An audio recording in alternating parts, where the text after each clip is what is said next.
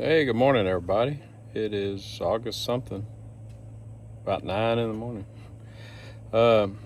Had a very productive trip to the deer lease, other than getting pretty dehydrated.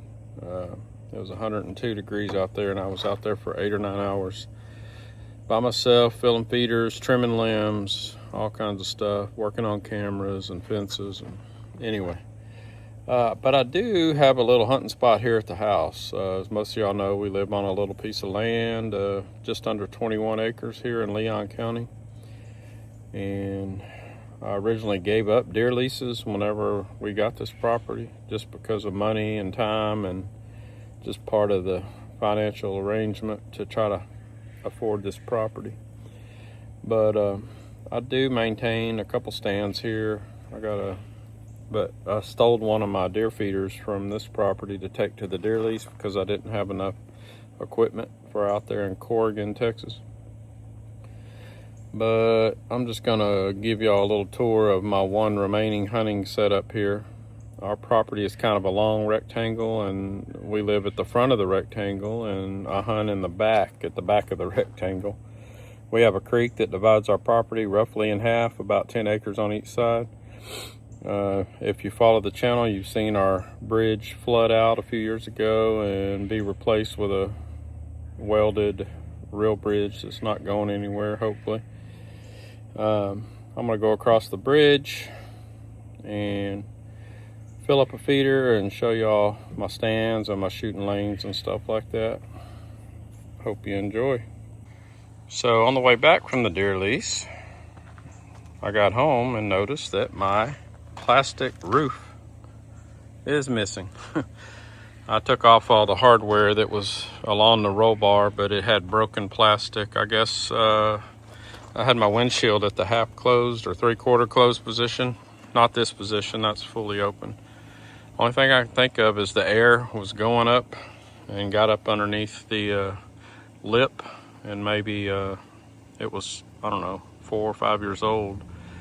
Maybe it had some cracks or whatever, but anyway, I never heard it blow off, never saw it blow off. I hope I didn't hit anybody on 287 between Crockett and Corrigan, or between Crockett and Centerville.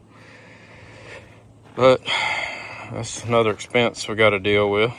If you haven't seen my video on my deer winch for loading deer and hogs into this tilt bed, check that out.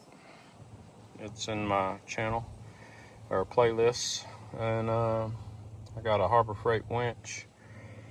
Got a heavy duty 12-volt battery in there that I charge about once a month. I haven't used it yet, other than a test on a heavy jug, which you'll see in the video. But hopefully this will help me load deer at the deer lease if I get lucky enough to get one. So right now I've got 6 or 7 bags of corn for my back feeder. And I got a little 6-foot ladder. I really need my taller ladder, but I'll see if I can make this work. And hopefully we'll get a new roof on here before too long. I think I'm gonna go with a Fortress Low Pro Level 2, which is like a heavy top with insulation in it to keep the heat and noise or whatever off. It's been a good mule. I upgraded the tires. Well, I say upgrade, they're Amazon purchase, but they're bigger. Biggest tires I could get without rubbing and without a lift kit. I had the winch installed at the factory when I bought it in 2022, and I switched out the steel cable with the synthetic rope.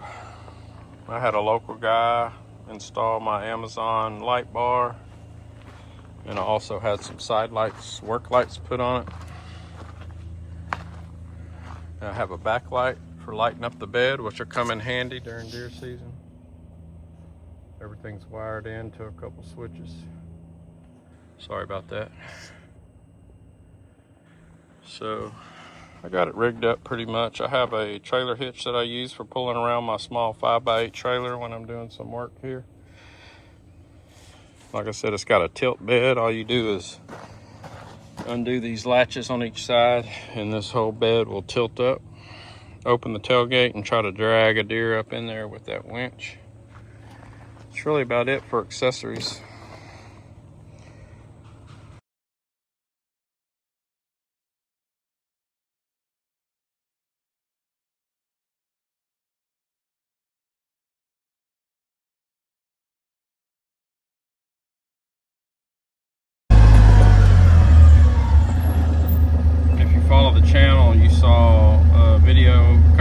photos I had of a 247 pound hog, 246 that I killed right here.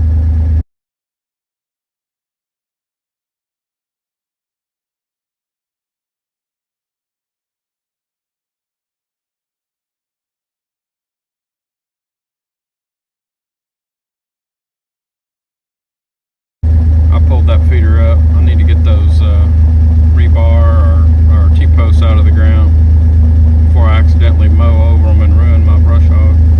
That's the creek right there. And we are gonna cross the creek, go to the back. Hold on, buckle up for safety.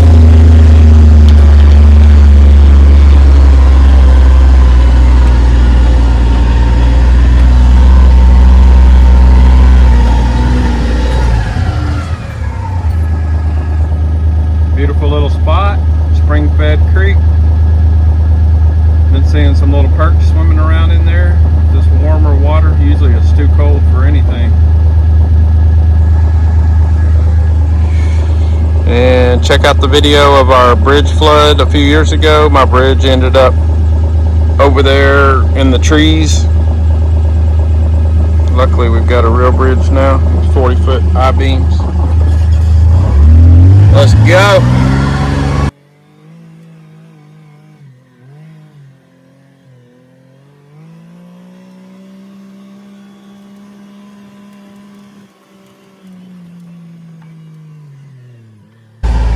Just saw something right into the woods. Oh, it's a rabbit. Big old cottontail.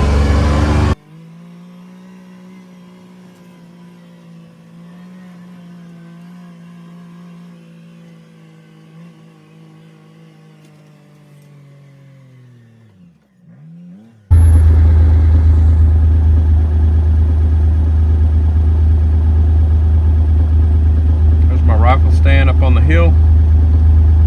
Been several deer killed up there. My grandson Corbin shot a very nice 10-point that he's got hanging on the wall.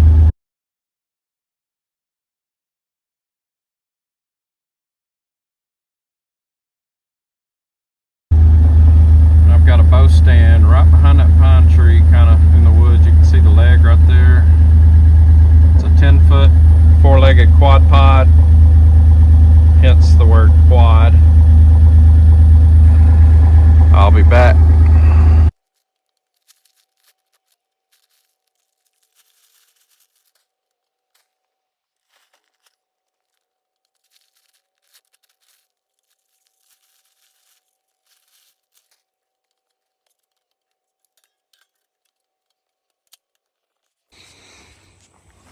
Alright, I thought the feeder was empty, but it held 4 bags instead of 7. Just want to show you my bow stand over here. I probably need to move it because I lose a little bit of my backdrop and camo during the winter time, but mainly going to be hunting in October if I can't make it to the deer lease to hunt. I've had that thing for a long time, 15 years, maybe more. 4-leg quad pod, swivel seat. These pine trees here kind of give me some cover when I'm up there, so the deer can't really see me until they get past those. Had some nice bucks about a month ago on camera come through. They hadn't been back. I have some regular doe and yearling type coming through, and one big boar hog.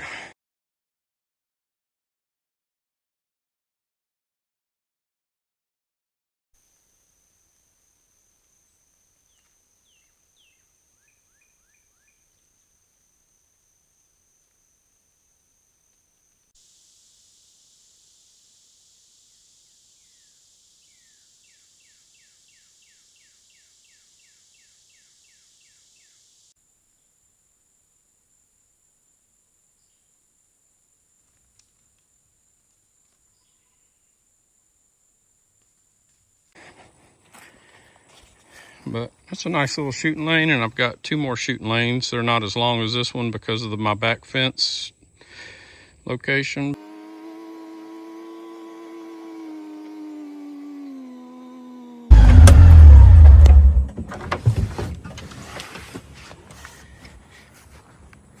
So when I'm up in there rifle hunting, I can see all the way down that lane where we just came from the deer feeder. And then I'll start running a tailgate feeder off of my Kawasaki mule just to keep some corn out. That's the back property line there. Down at the end of that right away, I'll be running corn there. I really need to make my stand taller, about 3 or 4 feet, because I can't see down at the bottom of this one. It drops off right there by those trees. I did shoot a deer right at the edge of that a couple years ago, and all I could see was the top half.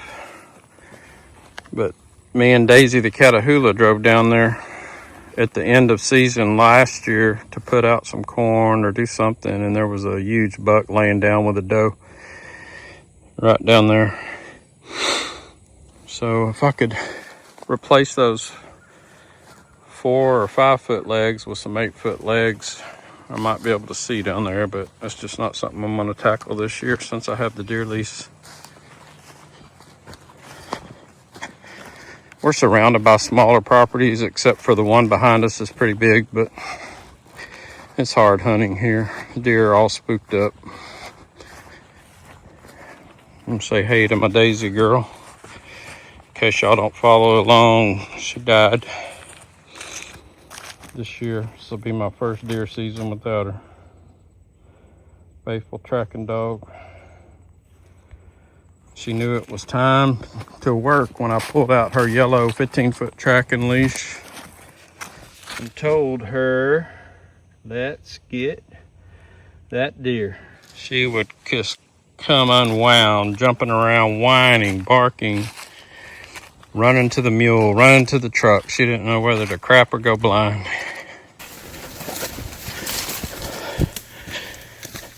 Well,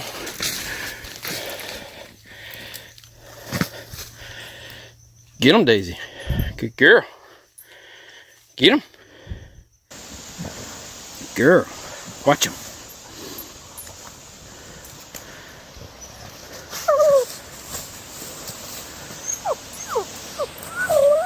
Good girl. My Daisy. Not too old to tree, are you? Get him.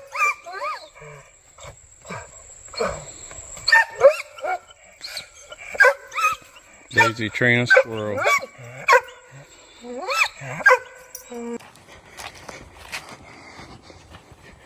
Anyway, that's the hunting setup. I've got about 100 dead wasps in there I need to sweep out. I put a bomb in there a while back. They've probably rebuilt. But pretty good blind I picked up used. And that's about it. We have other areas I could hunt, but it's just low opportunity, low deer population right now. Hope you enjoyed this little tour. Sad about my 3 dead pine, oak trees, ancient trees. They were old when we bought the place in 2013, and they've all started dropping the big limbs, and the only one I have left is Daisy's tree over here.